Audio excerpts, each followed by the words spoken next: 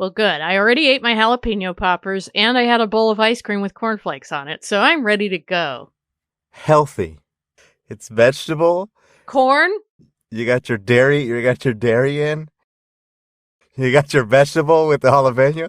My vanilla bean, which is probably a legume, right? Welcome to Scary Mystery Surprise, where we talk about scary things that surprised us around the internet. I'm Edwin. I'm Michelle. So I've been doing research for a new show, right? Or a rebrand of a show. I think it's about scary places. And I've been finding a ton of them. There's like an infinite amount of scary, creepy things out there in the world. And in the research, I kind of started zoning in on Mexico because I don't know why. I think my browser knows. You're in the funnel, the Mexico funnel. And it just sends me straight there. It's just like apartments in Mexico, haunted stuff in Mexico. Yeah, it's not sending you Toronto. So today we're going to go to Mexico, zooming into the state of Chihuahua. Oh, well, convenient because I have a Chihuahua right here. His name is Robert. There you go, Roberto. Roberto the baby, the famous director. We're going to zoom in even more, though, to the corner of Ocampo and Victoria, the streets. Right? Oh, okay. And this is a real place, so you can spot it, if you visit the area. And since we are waiting for people to share and subscribe so we can start saving up for a trip, we'll have to use our imaginations here. It is modern day today. I don't think that's the way to say it, but you can... As of right now. As of right now. You take a trip down to Mexico. By yourself. You, Michelle. I'm for that. Yeah, none of your friends want to go because they were scared. Well, they're idiots. They're calling you crazy for wanting to go. They tell you to be careful. Saying all these stereotypical things about Mexico you hear on TV and online and everything. Wah, wah. You go anyway, and you have a good time. Of course. Chihuahua, it's not the dog, by the way, but like the place. But also, Robert, my Chihuahua. Yeah. Not to be confused with Roberto. Roberto the baby. I guess I keep making it more Italian than... Try to say it, Michelle. Try to say it, Roberto. I can't do the R's. Roberto. Roberto.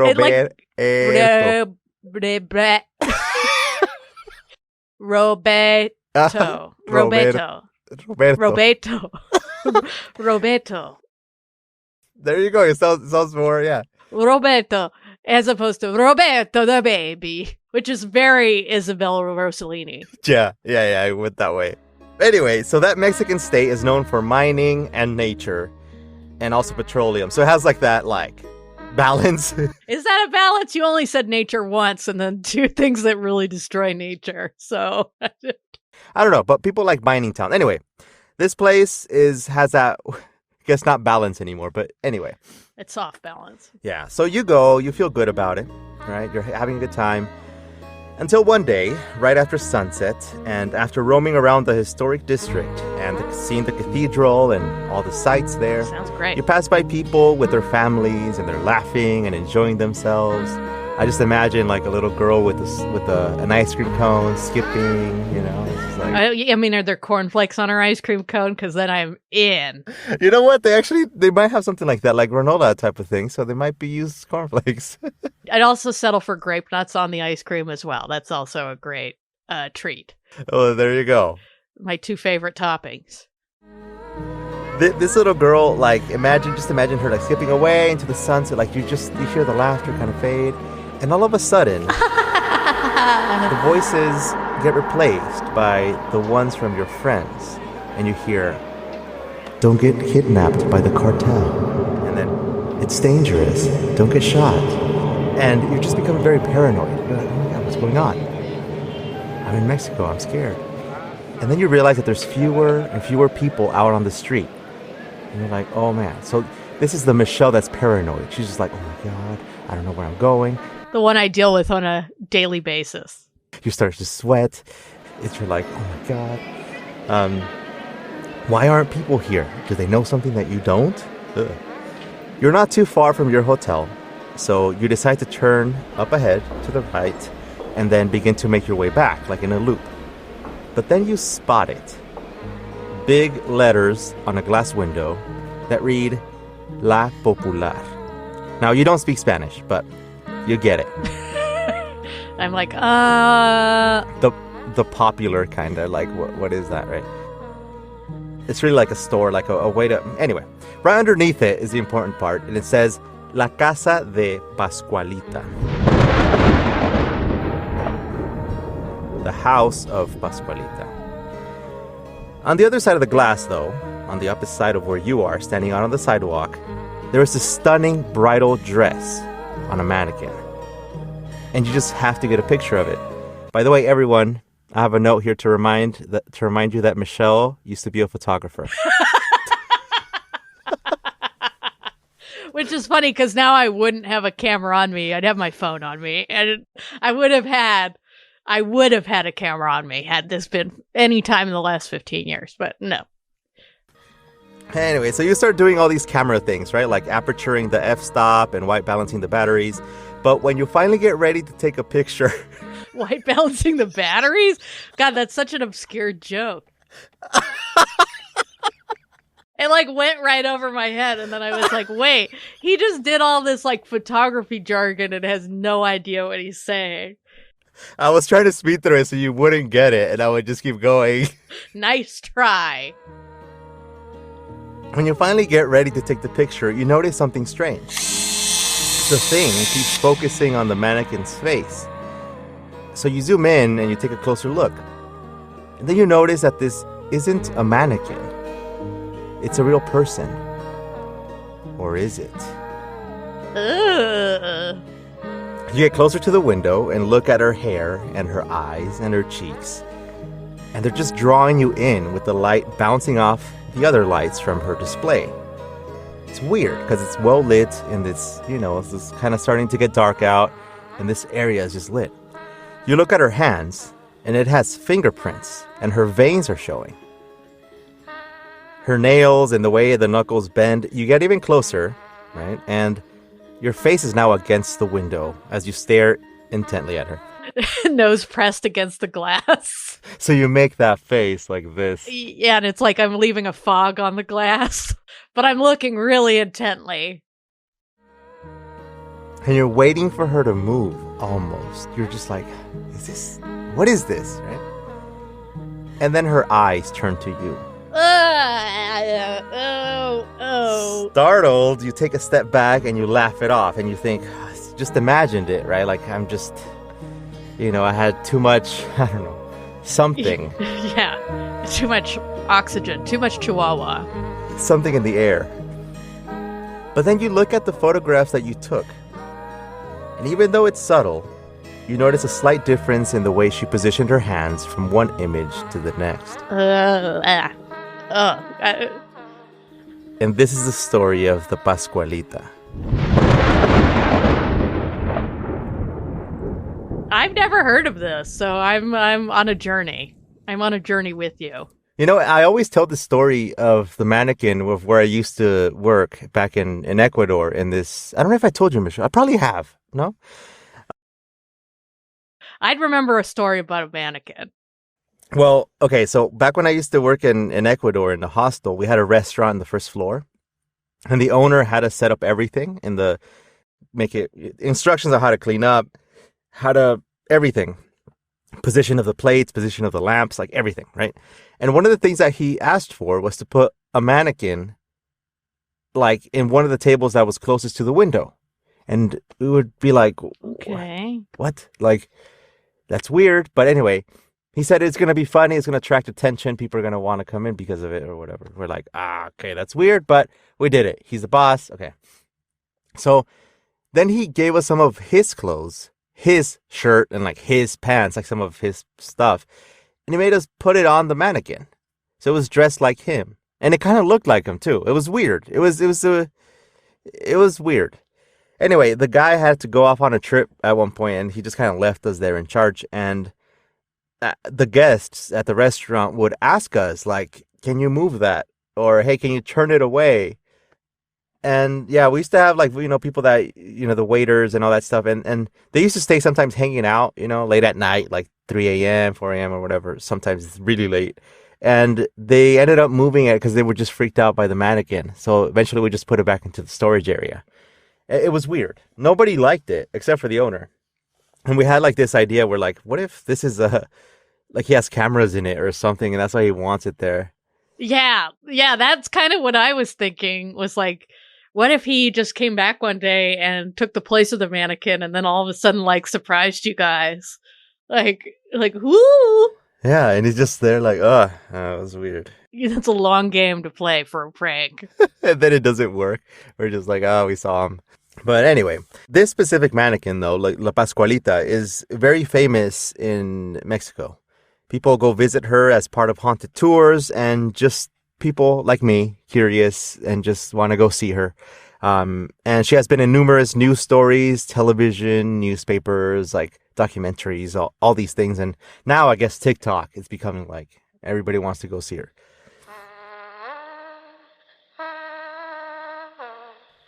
It was March 25th of 1930, and the boutique with the wedding dresses had a beautiful new piece on display. This is the origin story, right? A white dress with swirls or whatever. I don't know how to describe a wedding dress. Like ruffles? Bedazzled. Swirls, bows. Bows and hearts. I don't think it had hearts. I don't think hearts have ever been in style for a wedding dress. Okay. Like a typical, you can go ruffles, you could go like the Princess Diana ruffles, you could go minimalist. There's lots of ways to go. It sounds like it's a roughly cake dress. Sure. A roughly cake dress. There you go. Anyway, people would pass by the front of the store and they would be like, yo, what is that? And they would go into the shop and tell the owner, whose name was Pascuala Esparza, to get rid of the mannequin because it looked too real. And in fact, they argue that the mannequin wasn't a mannequin at all, but an embalmed woman. Holy shit. Like a corpse bride type of thing. Oh my God. People getting scared of a mannequin is not that big of a deal, right? Because a lot of us are scared of mannequins. But these locals had a theory, and it had some truth to it. Earlier that year of 1930, the daughter of Pascuala, again, the owner of the bridal shop, had received the news that her daughter was about to get married. So, overjoyed with the news and excited for the event, everyone got to work, and it went great. Until it didn't. On the night of her wedding day, Pascuala's daughter was bitten by a black widow spider. And she was like, ow. And then she died. I'm sure she did say ow.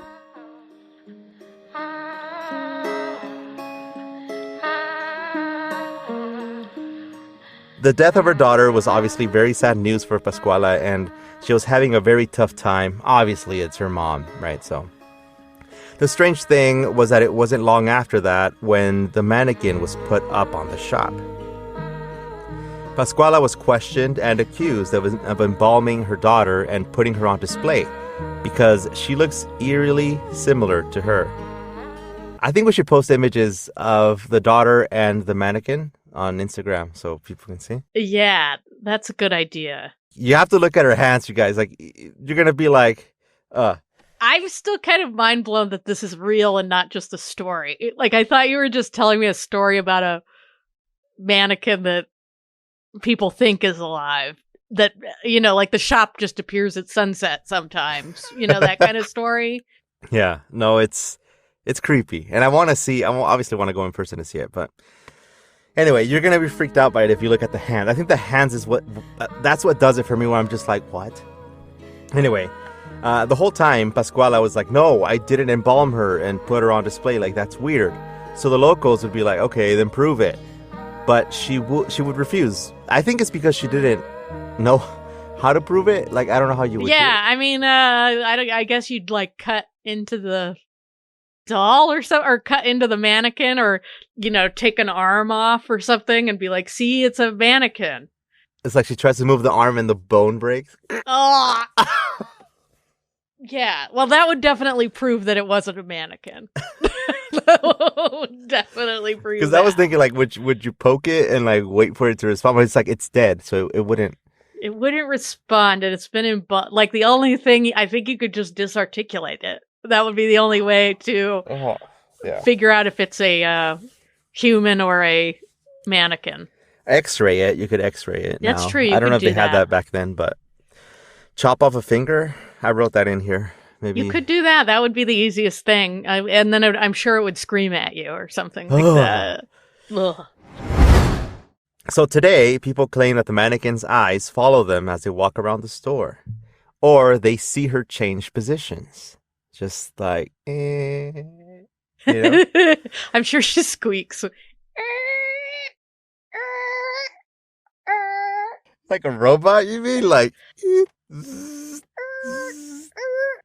or like a creak, like a door, like it. I think it's more like a door. I think that's what I was going for. Is like.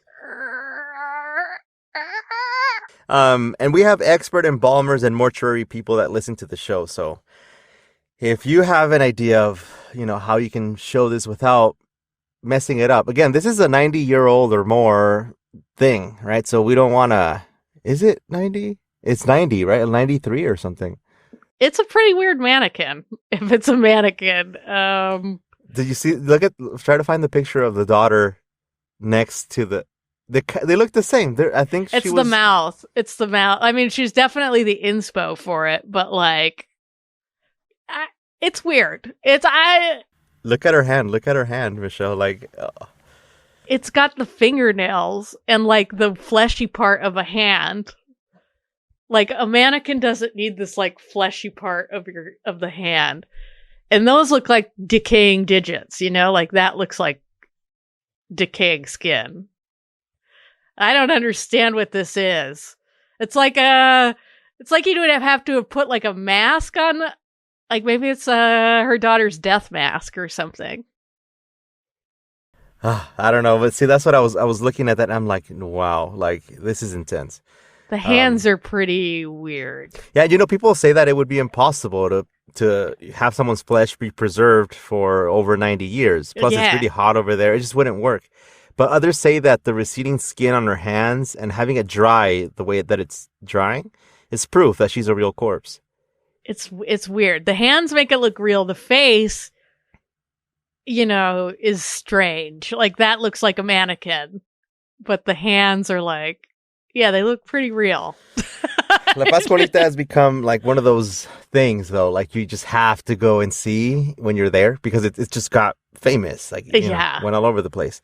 There is a rumor, though, that I read in one page out of like 15 that I found, that says that in 2019, the mannequin was taken to Mexico City to be put on display, and that a different mannequin has taken its place now. Oh. So there's two of them? But it's just a rumor. So, like, you people aren't trusting. Like, they're like, nah, you might be... This was a real corpse back then, now it isn't, or something like that. That's what I'm imagining. I don't really know. But, Ripley's, believe it or not, got a hold of a shop worker, Sonia Burciaga, who has to change the mannequin's outfits twice a week. And they got this quote from her that I found just really just weird. She said, in Spanish probably, but this is the translated version. Every time I go near Pascualita, my hands break out in a sweat. Her hands are very realistic, and she even has varicose veins on her legs. I believe she is a real person. Oh my God. But also, like, if you were making a mannequin, why would you put in varicose veins? Right? There's no reason. Yeah, why? I mean, this makes me like, does she have nipples? Like, does she have private parts? Like, there's things that, like, shouldn't exist on a mannequin, Like, I don't think Ripley's would have asked. Hey, Ripley's. I mean, but it's just, the hands are a little disturbing. And it's like her face is, like, encased in wax or something, so it wouldn't age. Like there's something weird about that. What is she made out of? Is it wax? It's made of wax. Okay, I thought so. With crystal eyes. Wow, they just really describe her, which have tiny veins that emphasize improbable yet living memories. Jesus. Yeah, I mean, she could be just a corpse encased in wax, you know? Now that I know that it's wax and not like a plastic, yeah, I don't know, but it's troubling. Yeah, it's weird. So if you go out there, and I know I want to go see it, just yeah, I'd go see it. I'd definitely go see it, but I think it is probably a corpse in wax. It looks too weird. But that story with the daughter, like, you know, names have been lost in time. So people say that it's just a legend, that it's not real, never happened. But I mean, the story of the owner, like, do they have a first name and last name? Yeah. At least that part has to be real. And the story obviously has to start somewhere. So if you look at the images for yourself, you get to decide. So the choice is yours. I do want to hear what people think. If this is real or not, let us know. It's pretty weird. Anything that looks like a human and it isn't a human, to me, it's just, it's creepy. Like a doll, it is a little creepy. Like the doll that I have here. Wait, what happened to that part? What part? The part that I added with You know who deleted that? The doll that's stuck in the box. That doll is coming up. Like, we're gonna be doing an intense experiment with. Yeah, it's gonna be Edwin's gonna gamble with his life. A certain haunted object. Although he's not really gambling with his life because I picked a nice ghost, but it might have made it mean by this point by leaving it in the box this long. I'll be documenting my experience, sacrificing myself for the podcast. It's all for that content, baby. We'll see how it goes. By the way, I want to remind everybody, Spotify has the question and answers feature now. So if you're listening on Spotify, right on that episode page, there's a question. Answer it. We want to see it. So far, we only gotten like 2 answers. Wait, what's the question? Sometimes it automatically asks, like, what do you think about this episode? But I think we're going to change it to like something that's related to today. The question could be, I don't know. Is it kind of weird that I want to hold this mannequin's hand? Would you hold the mannequin's hand? I mean, it might suck me into a world where I'm also made of wax, but like it's weird. Then you're like La Michelita. Yeah, exactly. And we're standing next to each other holding hands. And both made of wax. I mean, look, it's just very weirdly inviting because the hand is just like this. Yeah. You know, it's like that. And you like just want to go like that. And then I get turned into wax. This is one of those famous stories from there. Like when you think of these stories from Mexico that are like female monsters or stuff like that, you have these like images of certain like La Llorona style. The Pascualita is kind of at that level where there's so much like, oh, what is this? Is this real? That kind of legend. But what's interesting though is like, so there's like a picture of the daughter next to the mannequin, and they did her eyebrows different and her nose is different. But the mouth is like, what gets me is the mouth. The mouth is so similar. Are mouths easy to make? Like, I mean, I don't know. In wax? I don't know. But I think it would be the nose that would be hard to fake. But then in another picture of her, it looks like her. So I don't know. It's hard. Maybe they just fixed her up a little bit. Yeah, they gave her a little nip tuck. Yeah, post-death surgery, like plastic surgery. She always hated her nose. So we just took the liberty to make it a little more. We just, it's what she would have wanted. People, man. People. Anyway, that's the story, and I'm going to go nowhere. Because I don't know where this is going. Well, be sure to rate and subscribe. We love reviews. There's been some good reviews out there lately, so that make us feel good. Oh, yeah. Please leave them.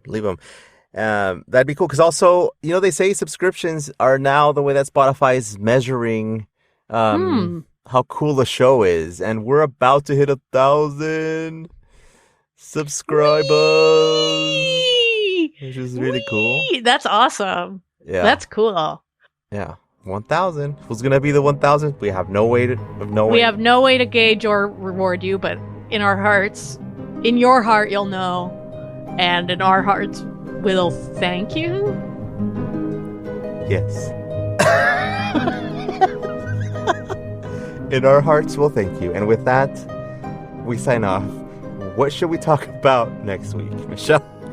I don't know, but I think it'll be a surprise. Bye, guys. Bye.